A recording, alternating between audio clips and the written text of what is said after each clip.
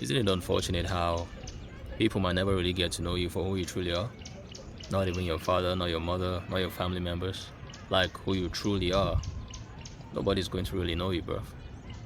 Because everyone is going to be looking at you from the lens of everything they've been through in life.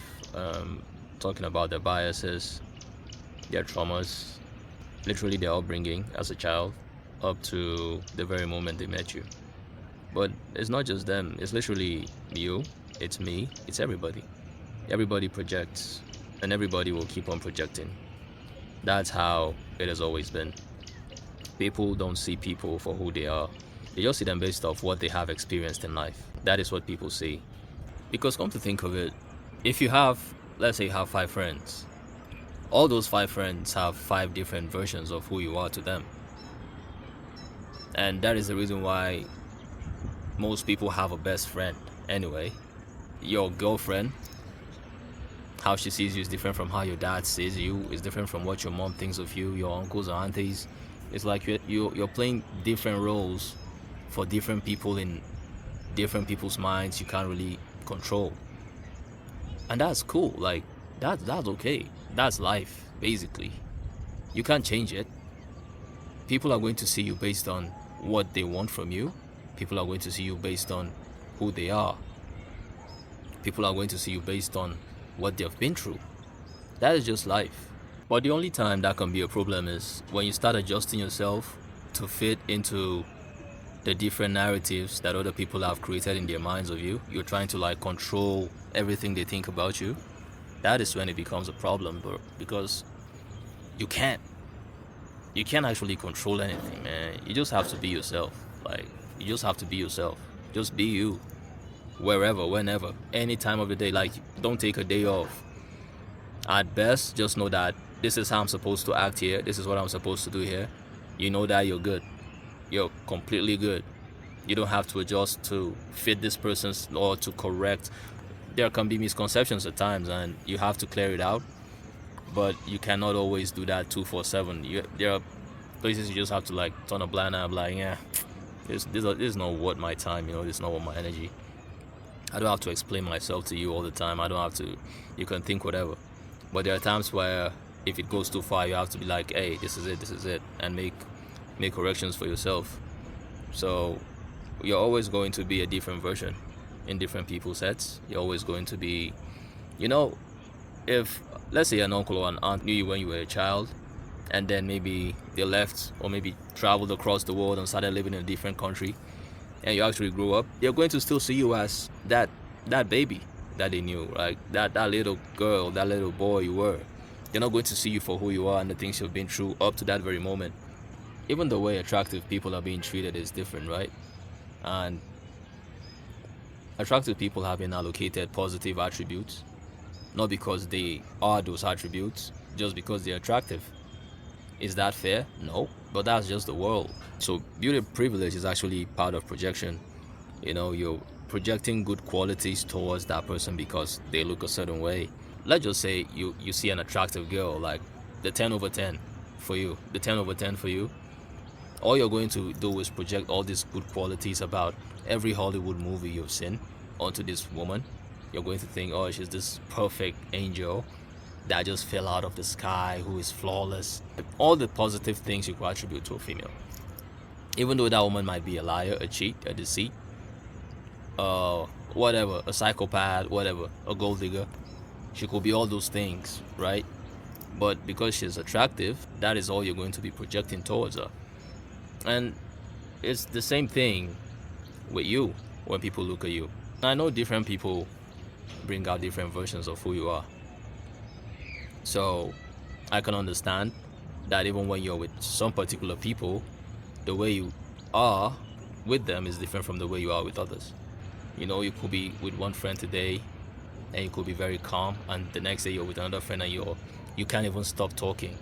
And then the other person will be like, who is this guy? Like, I don't even know this guy anymore. It's crazy. Even at that, only you can know you for you. But then, regardless of how you interact with someone, all they are going to do is project what they want from you and who they want you to be in their life, or basically their entire storyline being played out. Let's say you have a reputation for being late. Even if you were the earliest person to go to work for 99 days, the one day you may as well be like, it's this guy, he's used to going late, he's used to coming in late. It's the same thing with the liar. The person who's used to lying all the time, even when he tells the truth, people won't believe you because you have a reputation for lying, right? So even if you have phased out that particular part of who you are as a liar, maybe you have decided to be an honest person, it is going to remain with you. That stain is going to be there because that's just how people are. Like, it is going to outlive you based off what people think you are.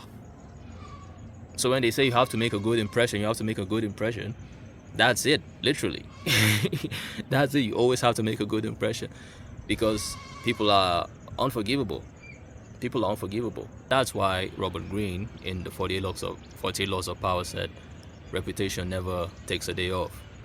And I understand why he said that, because it is so brutal that if you make a single mistake, even if it's a decade later, people are always going to refer back people are always going to refer back to that mistake to define who you are, even though you're not the same person. Even if you're not that person that you used to be, it is going to be like that. But that is just how things are. Or people are literally good at remembering the negative things more than the positive. You could do 10,000 good stuff, and the one bad thing you do becomes like the highlight of your entire life. It's crazy how normal that is, because we do the same thing. We don't look at anyone around us for who they are. We look at them based on the things that we have been through. We look at them based off our own experiences. I don't even think we know our family members for who they are. Only them know themselves, right? So it's the same thing with you. Only you can know yourself. That's why I say reality is not even reality, right? Because you don't really see it for what it is. You may never know your dad for who he is. You may never know your mom for who she is. And they might never know you for who you are.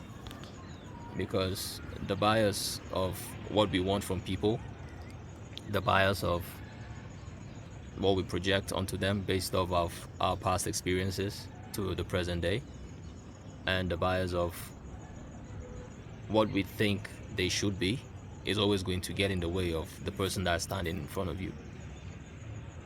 Is that okay? I think it's okay, because there's really nothing you can do. Because trust me, even if you ask someone to tell you about themselves, I don't think they will tell you 100% about them. Nobody wants to be that vulnerable, right? That is why most people pray, at least so they cope, that there's someone up there listening or something, But I don't even think, even the real people you think that are real people, there are still things that they keep to themselves that you may never know about. And that's just the world. The world is always about projection. People are never going to know you. You're never going to know people truly.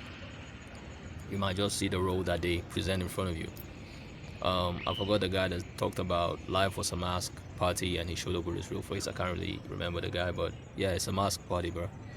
Different occasion, different masks, And he who wears the perfect mask at the perfect time is regarded as the most charismatic man in the room. It's just how it is with humans. It's just how God did. God did. God did it, baby. So I don't think that's a bad thing. Just live your life. Just be yourself. People are always going to think their thoughts. And unless if you want to tweak people's thoughts, you best just operate based on what you think is best for you as a person. And do that in a good way, anyway. So I'm out. See you in the next one.